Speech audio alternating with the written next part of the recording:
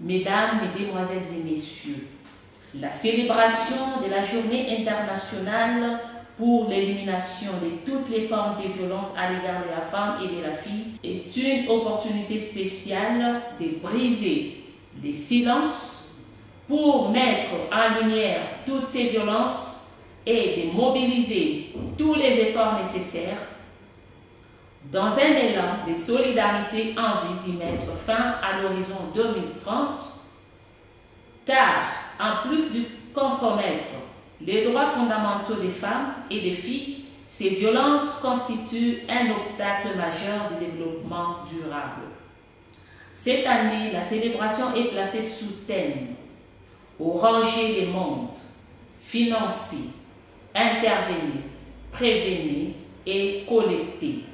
Ces thèmes nous invitent tous aux actions solidaires, chacun pour sa part, dans la mesure de ses capacités, pouvoirs et moyens pour permettre de briser les silences autour de ces fléaux, faciliter la prise en charge holistique des survivantes et leur insertion socio-économique, ainsi l'implication rigoureuse de la loi à l'égard des auteurs de ces violences. D'après les informations de l'Organisation mondiale de la santé, environ 35% des femmes dans le monde ont subi des violences physiques ou sexuelles en 2013. En RDC, le nombre des cas rapportés par le point des prestations de services a atteint le pic de 38 705 cas en 2017.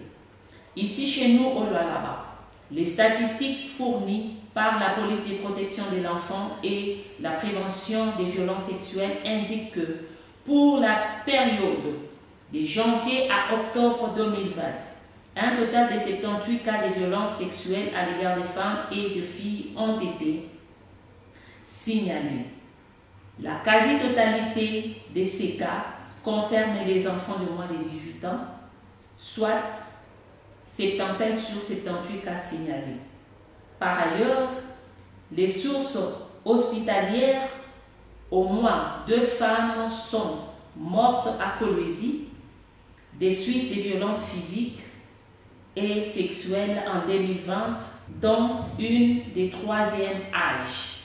J'encourage donc tous les acteurs intéressés de mettre à contribution les 16 jours d'activisme pour intensifier des actions à la base.